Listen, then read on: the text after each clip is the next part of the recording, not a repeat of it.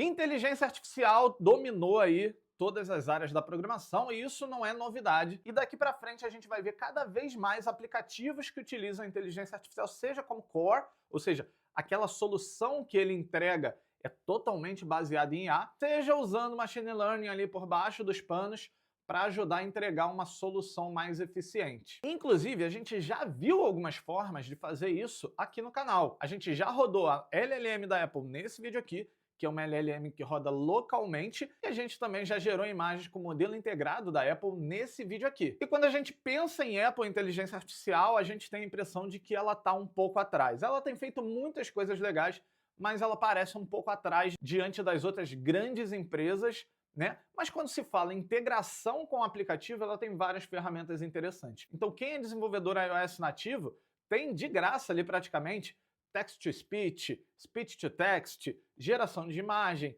LLM, então você consegue integrar tudo isso de forma local, ou seja, está rodando no próprio aparelho, que mantém a privacidade do usuário, que é algo interessante. Só que nem sempre esses modelos vão atender a nossa necessidade.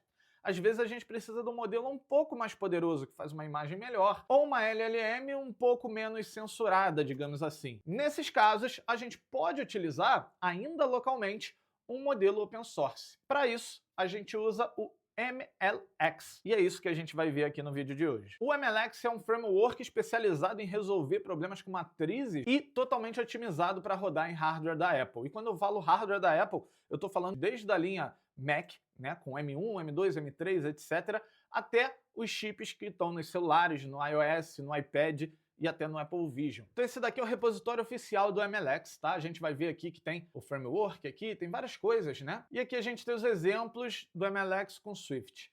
É isso aqui que eu quero ver hoje, tá?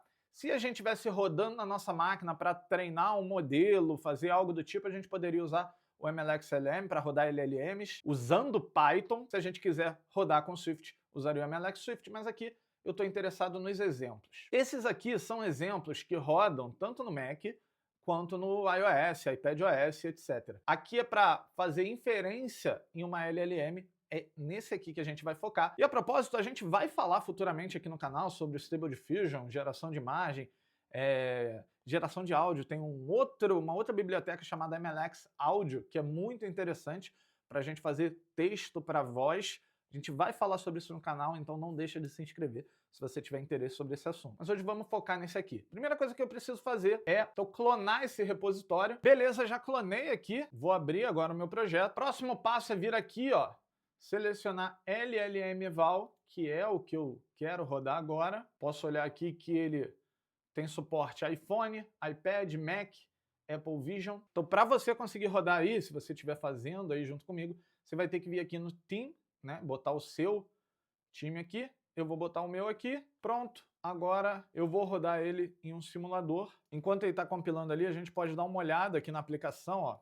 LLM-Eval, né? A gente tem aqui as views, Content View, seria a primeira view ali dele. E basicamente a gente consegue ver aqui o que a gente vai ter. A gente vai ter um campo de input, tá? Onde a gente vai botar o nosso prompt, e a gente vai ter um campo de output, que é onde ele vai mostrar a resposta para a gente, tá? Ele também vai entregar para a gente um painel de performance, né? Quantos tokens por segundo, esse tipo de coisa. A gente não vai entrar a fundo, ver cada view, cada struct aqui, mas se você tiver interesse, cara, é muito legal dar uma olhada aqui para ver como é que ele funciona. E também acho importante você entender isso aqui se depois você quiser implementar isso num app teu, que é um dos objetivos de eu estar fazendo esse vídeo. Bem, ele está me dando algum problema aqui para rodar no simulador. Deixa eu ver se o problema é o simulador. Vou tentar rodar direto no meu iPhone. Beleza, a gente teve um problema lá no simulador, mas aqui no iPhone está funcionando. Ele já começa fazendo o download de um modelo que é o Qwen 3 8B de 4 bits. Esse modelo aqui eu estou achando que ele é grande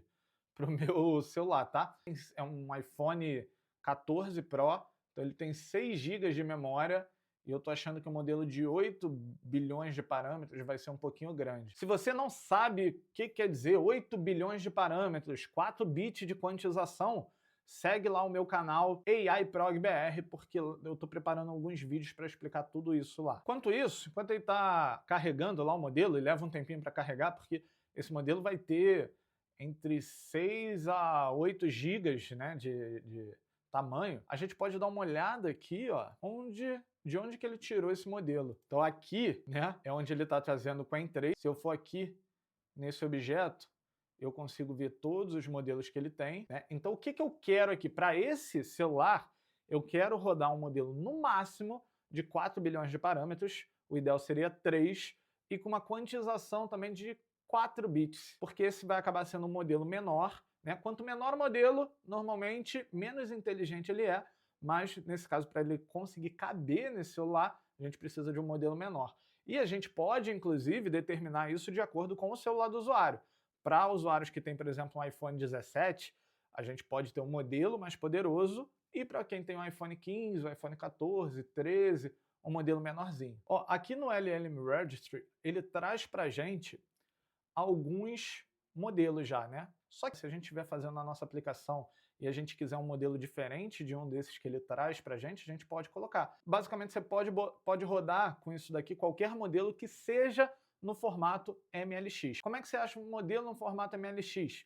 A gente vai no Hugging Face. Basicamente, essa daqui é a página inicial do Hugging Face, a gente pode vir aqui em modelos, tá? Aqui do lado, ó, a gente tem alguns filtros. Eu posso filtrar por bibliotecas.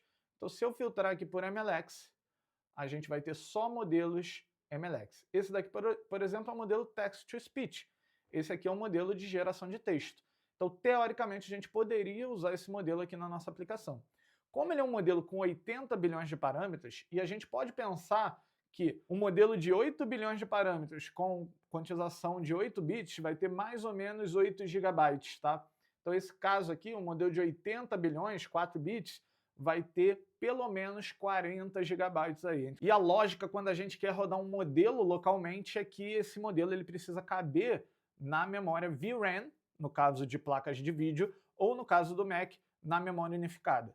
Como eu falei, esse aqui vai ser entre 40 e 80, a gente pode ver mais especificamente aqui, ó, se entrar aqui, que esse tem 44, né? Então é um pouquinho mais do que eu falei. Então você precisa ter aí pelo menos 64, eu diria que seria o mínimo para rodar esse modelo aqui. Mas basicamente usando o MLX lá no LLM Val, que é o que a gente está fazendo, a gente pode rodar qualquer modelo que tem aqui de Text Generation. Então eu tinha visto aqui que a gente tem o E4B, mas tem também o E2B, então vou trocar para esse. E eu acredito que esse daqui a gente vai conseguir rodar tranquilo. Beleza, a gente está carregando aqui a versão de 2 bilhões de parâmetros, a de 4 ficou um pouquinho pesado. A gente pode olhar aqui embaixo, que a versão de 2 bilhões de parâmetros está consumindo 2,34 GB de memória, e a de 4 estava consumindo 3,6. Como esse aparelho só tem 6 GB, está ficando um pouco pesado. Beleza, eu fiz algumas modificações aqui no design para caber na tela, né? Eu vou pedir o seguinte: gere uma função em Swift que calcule a distância entre dois vetores de 3 dimensões. Vou pedir para ele gerar.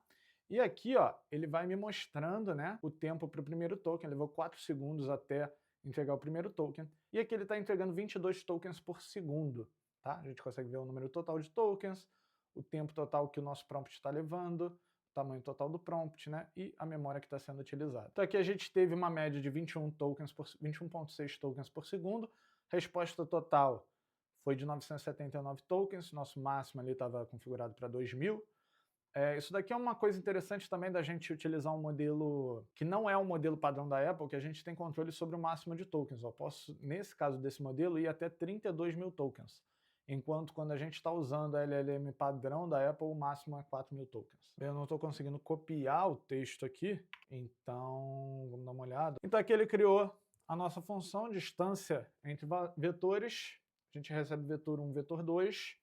E ele está calculando aqui, ele está pegando cada ponto do vetor, né, ponto x, diminuindo um pelo outro, subindo ao quadrado, fazendo a soma, né, de cada um deles, x, y, z, corretamente, do quadrado deles, né, e tirando a raiz quadrada, e assim ele vai ter de fato a distância entre os vetores. Ele faz uma explicação aqui, né, do código, ele dá um exemplo e show de bola. Então ele respondeu perfeitamente, a gente conseguiu fazer isso rodando um modelo local que tá, isso daqui não é o simulador, tá? Ele não está rodando na minha máquina, não está rodando no Mac Studio, ele está rodando diretamente no celular. Então a gente viu um pouquinho de como o MLX funciona, né? A gente rodou um exemplo do MLX, e aí eu sugiro agora que você brinque, modifique, se você tiver interesse nisso, Eu com certeza vou trazer mais conteúdo sobre isso aqui no canal.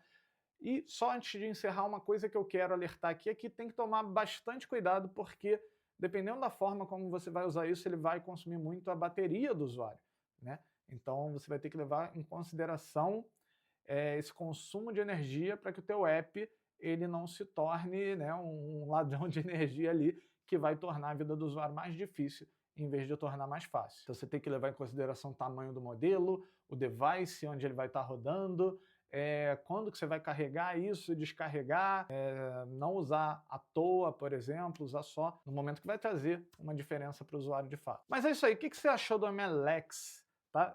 É um assunto que eu não domino ainda, que eu gostaria de estudar mais, inclusive o framework, tá? Então se você tiver interesse sobre esse assunto, deixa aqui nos comentários.